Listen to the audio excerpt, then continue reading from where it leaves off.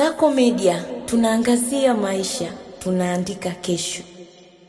Bado tupo katika kiwanja hiki cha KMC na tupo na George Job. Amevalia uzi wake wa Mbeya City. Sivyo bahati wamepoteza siku hii ya leo. Bao 2-1. George, mchezo umeutazama. Pengine unaweza kutuambia shida ilikuwa wapi kwa siku hii ya leo Mbeya City akashindwa kabisa kufurukuta? Walianza mchezo vizuri na nadhani dakika 20 za kwanza walikuwa na open chance kama mbili ambazo moja kati yao walitakiwa wameshinda au pengine zote mbili kuzitumia. Hawakutumia nafasi zao.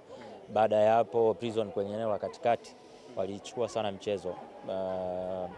Specifically jezi namba 15 nadhani jina yake anaitwa Kiinda somebody.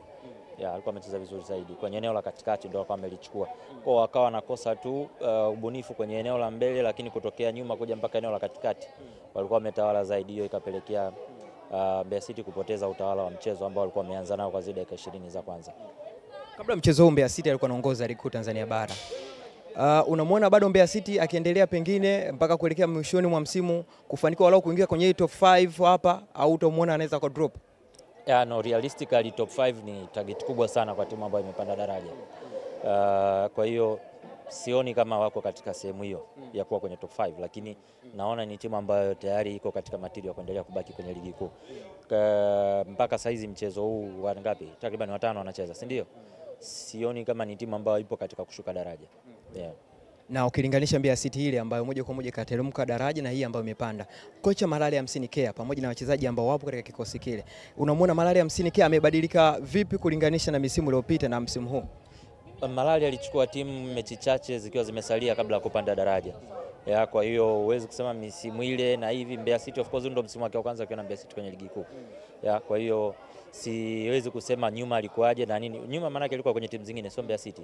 So actually ukiniuliza kwa michezo mingine ya nyuma iliyopita na hii hapa, si kama amecheza vibaya sana, lakini I think game management kwa mwalimu ndio kitu ambacho anapaswa kukiangalia zaidi, pamoja na squad selection. Nikisema game management maana yake kujua wakati gani anapaswa kufanya mabadiliko na mabadiliko ya namna gani. Ukiangalia Prison walikuwa wamechukua zaidi eneo la katikati ya uwanja, na hata mabadiliko yao ya kwanza yalikuwa ni kuimarisha tena kwenye eneo la kiungo, kitu ambacho wao sasa kama Mbeya City walipaswa kureact kutokea kwenye hizo substitution ambazo tayari walikuwa wamezifanya Prison, kwa sababu Prison walishajua ni eneo gani wao wamelichukua na wanahitaji kuliimarisha zaidi. Ndio maana waliona kama wameingia kina Tariki Simba na wengine katika eneo lile la eneo la kiungo.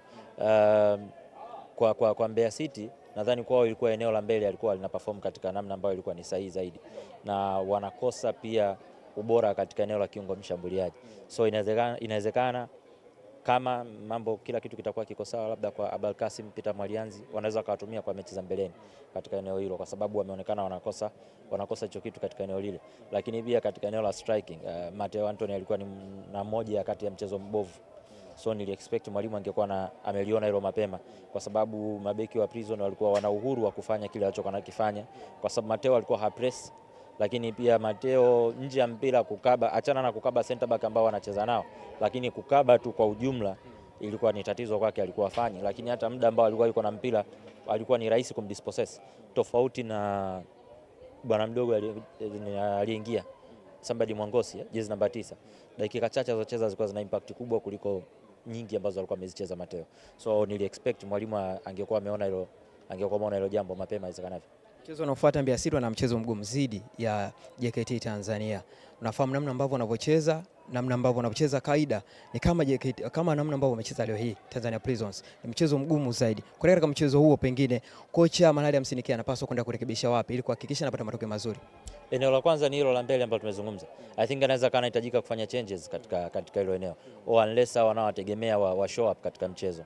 Lakini kwa dakika chache ambazo wamezicheza Mwangosi, I think ana deserve kupata starting spot kwenye mchezo unaofuata.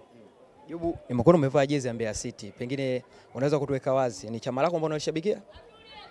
Mimi Tanzania sina timu ya moja kwa moja. Una moja kwa moja. Unapenda jezi? No, sio nimependa jezi, lakini ni timu ya sehemu ambayo natokea. So I support kwa sababu ya natokea huko.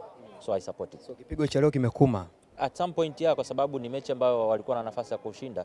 Ukiangalia msimamo wa ligi wao na Prison alipo ni sehemu mbili tofauti. That shows kwamba Mbeya City alikuwa ameanza vizuri zaidi kuliko Tanzania Prisons. Pole sana kaka. Shukrani. Kasako Media, tunaangazia maisha, tunaandika kesho.